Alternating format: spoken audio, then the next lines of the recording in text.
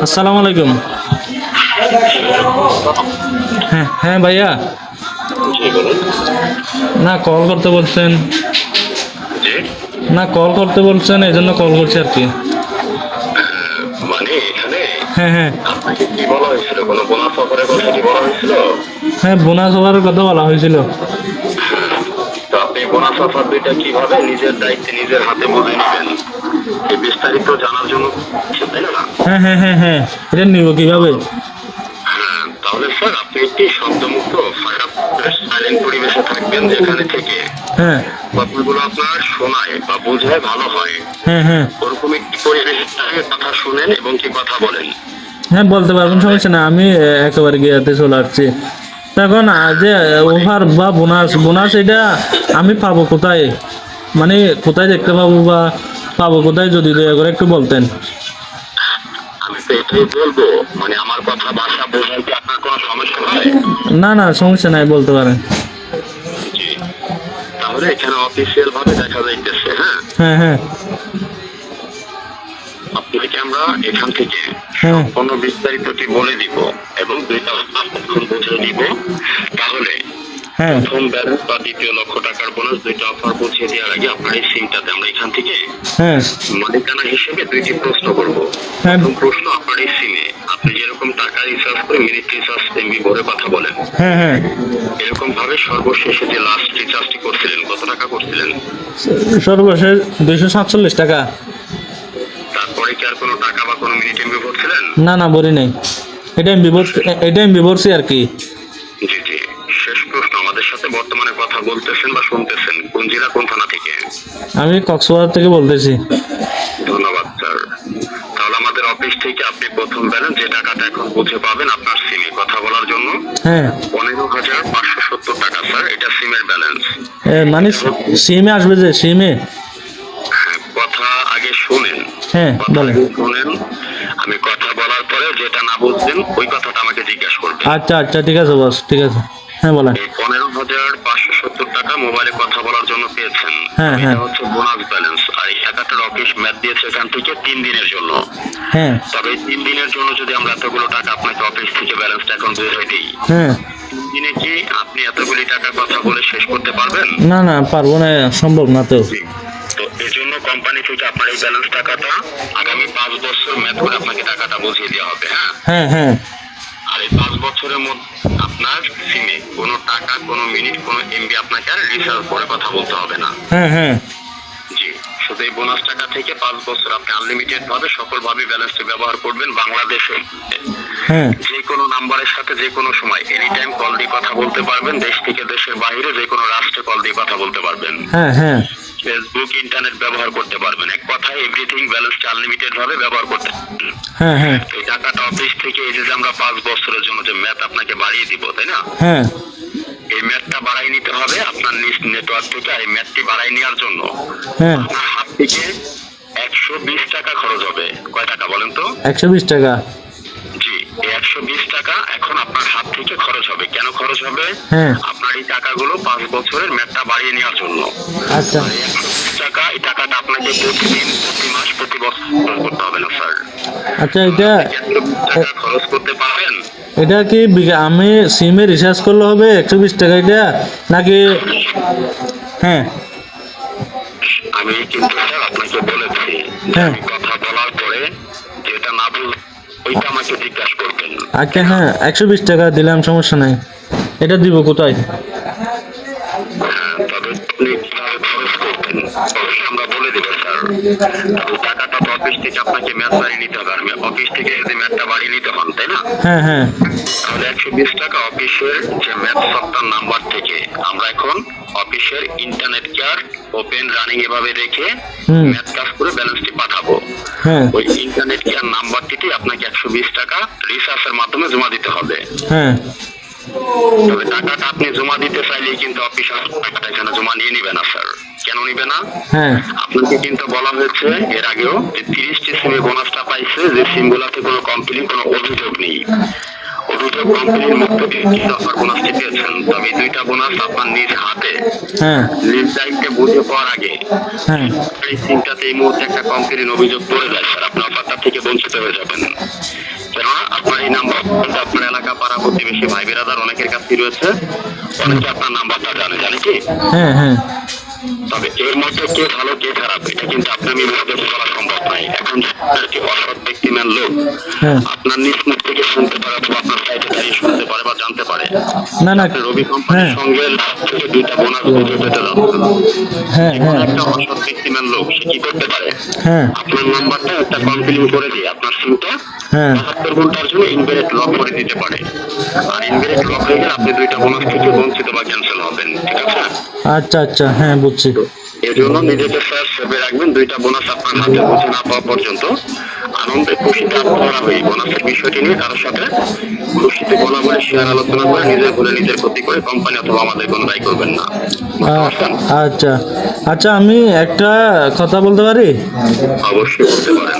আচ্ছা এই যে বোনাসগুলা যে আমি পাবো এগুলা কি মানে কোম্পানির পক্ষ থেকে নাকি আমি আমার থেকে একজনে মানে নিয়েছিল নাম্বার নিয়েছিল ফ্যামিলি কার্ডের টাকা দিবে বলছিল, নাকি এই বিষয়ে যে ফ্যামিলি কার্ডের টাকা?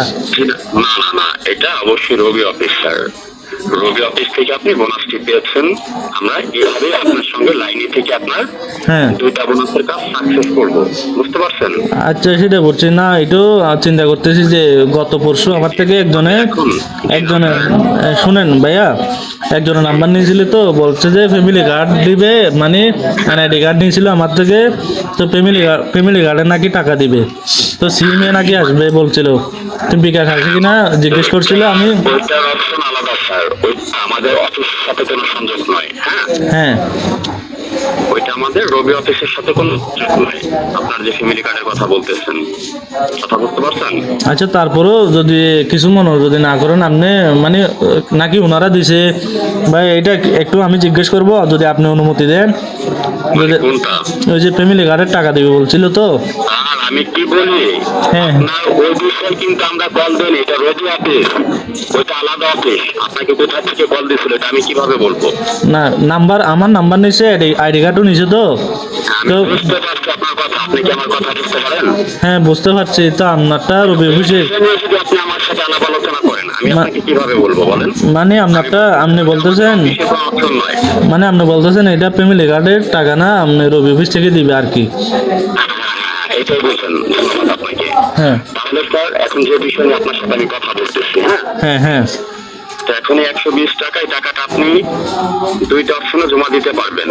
হ্যাঁ। আপনার কোনো নিজের বিকাশ নগদ থাকলে হ্যাঁ আপনি ওখান থেকে রিসার্চের মাধ্যমে টাকাটা জমা দিতে পারবেন, বা আপনি যে কোনো একটা দোকান থেকে রিসার্চের মাধ্যমে জমা দিতে পারবেন। আপনার কোনটা সুবিধা হবে? আমার বিকাশ আছে তো, বিকাশ আছে, নগদ আছে। মানে ওখান থেকে কি রিসার্চ করবেন না দোকানে যে রিসার্চ করবেন হ্যাঁ বলছি? আমার এখান থেকে দিতে পারবো। কোন নাম্বারে দিব সেটা বলেন না আগে।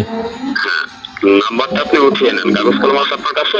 নাই ভাইয়া নাই, এটা মেসেজ করে দেওয়া যাবে না? একটু কাগজ কলম হাতে নেন। আচ্ছা আমি ওয়েট করেন একটু। জি, তাড়াহুড়া করবেন না, কোনো ব্যক্তিমান লোক যেন আপনাকে সন্দেহ না করে, ঠিক আছে? আচ্ছা আচ্ছা ঠিক আছে। জি, কাগজ কলম নিয়ে একবার একটা সাইলেন্ট এসে আমাকে হ্যালো বলেন। হ্যাঁ বলেন।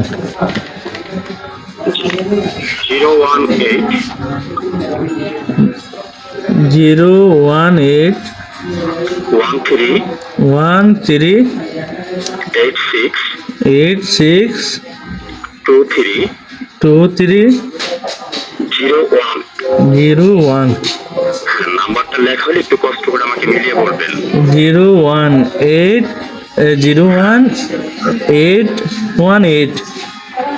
62301। শুনেন, নাম্বারটা কি আপনি দেখছেন? হ্যাঁ লিখছি।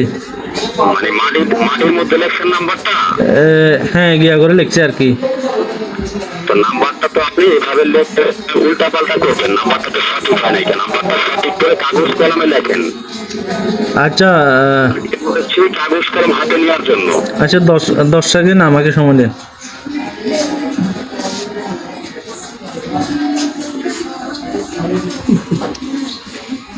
হ্যাঁ ভাইয়া বলেন তো, এখন বলেন, কলম নিছি। জি 018 018 13 13 86 86 23 23 01। 01। হ্যাঁ লিখছি। এখন বলেন। 01813 জি 86 জি 23 জি 01।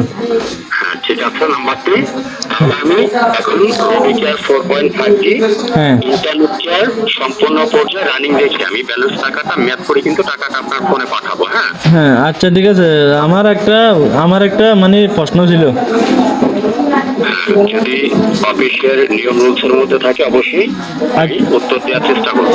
আচ্ছা এই যে মানে এটা নাম্বার টাকা দিলাম সমস্যা নাই, এখন যে ফ্যামিলি কার্ড দেওয়া যাবে না একটা, বা এরকম কোনো ইয়া নাই যে সিমে টাকা আসবে বা পাবো? আর আমার কথা বুঝাইতে পারি, ফ্যামিলি কার্ডের অপশনটা কিন্তু আলাদা, ওইটা আমাদের অফিস থেকে নয়। আমি বলি স্যার আপনি চাইলে পারবেন একটা ব্যবস্থা করে দেন না? এটা মনে করেন আমার থেকে একজনে নিয়েছিল, একদিনের মধ্যে দিবে বলছিল, কিন্তু 3 দিন হচ্ছে। আইডি কার্ড নিয়ে গেছিল, আমার নাম্বার নিয়ে গেছে। এখন এটা মানে একটা কার্ডের এরকম ব্যবস্থা করে দেওয়া যায় না? ওটা অবশ্যই আপনাকে যে নাম্বার থেকে কল করে দেওয়া হয়েছে, কল করে বলা হয়েছিল না হ্যাঁ হ্যাঁ ওখান থেকে ওরা এটা সমাধান করবে। এটা করার জন্য একটু সময়ের প্রয়োজন, তাই না? এখন এখন ফ্যামিলি কার্ড মানে আপনাদের পক্ষে দেওয়া। শুনেন, হ্যাঁ মানে এখন হচ্ছে আমাদের অফিস থেকে কিন্তু আপনি 2টা বোনাস পাইছেন। হ্যাঁ তবে দ্বিতীয় যে লক্ষ টাকার বোনাসের কথা আপনাকে বলছেন, হ্যাঁ হ্যাঁ ওটা অবশ্যই সর্বনিম্ন 2 লক্ষ টাকা থেকে সর্বোচ্চ 56 লক্ষ টাকার মধ্যে 30টা অ্যামাউন্ট থাকবে। হুম ওই 30টা অ্যামাউন্ট থেকে যে কোনো একটা অ্যামাউন্ট আপনি পাবেন। 5 লক্ষ টাকা পাইতে পারেন, হ্যাঁ 10 লক্ষ টাকাও পেতে পারেন, বা 20 লক্ষ টাকাও পেতে পারেন। যেটা পাবেন হ্যাঁ আপনি নগদ ক্যাশ টাকা পাবেন, যেভাবে নিতে চান সেভাবে অফিস থেকে আপনাকে বুঝাই দেওয়া হবে। এগুলা ফ্যামিলি কার্ডের টাকা, মানে ফ্যামিলি কার্ডের টাকা পাবো যেগুলা? হ্যাঁ তাহলে এখন আপনি 30 টাকাকে রিচার্জ করেন। আচ্ছা ফ্যামিলি কার্ডের টাকা তো গিয়া বলছিল যে 15,000 টাকা বলছিল, আপনি 15,000 টাকা বলছেন, এজন্য মানে একটু জানতে ইচ্ছে করতেছে। আমাকে বলছিল 15,000 টাকা ফ্যামিলি কার্ডের টাকা দিবি। ওইখানে আপনি আমাদের রবি অফিস থেকে দ্বিতীয় মাস অ্যামাউন্ট টাকাটা নগদ হ্যান্ড ক্যাশ টাকা পাবেন। হ্যাঁ ওই টাকা যেভাবে দেওয়া হবে, এখন 120 টাকা যে নাম্বারটা লিখছেন না, হ্যাঁ এই নাম্বারটা 120 টাকা রিচার্জ করেন। রিচার্জ করে আমাকে ভালো বলেন, আমি লাইনে আছি। এত কথা বললে আমি আপনার ফোন কিন্তু করতে পারবো না। আচ্ছা স্যার একটু কষ্ট দিতেছি আর কি, একটু মাইন্ড করেন না। তো এখন আরেকটা সর্বশেষ স্যার, আরেকটা কথা, আমি রিচার্জ দিতেছি সমস্যা নাই, একটা কথা বলবেন দয়া করে।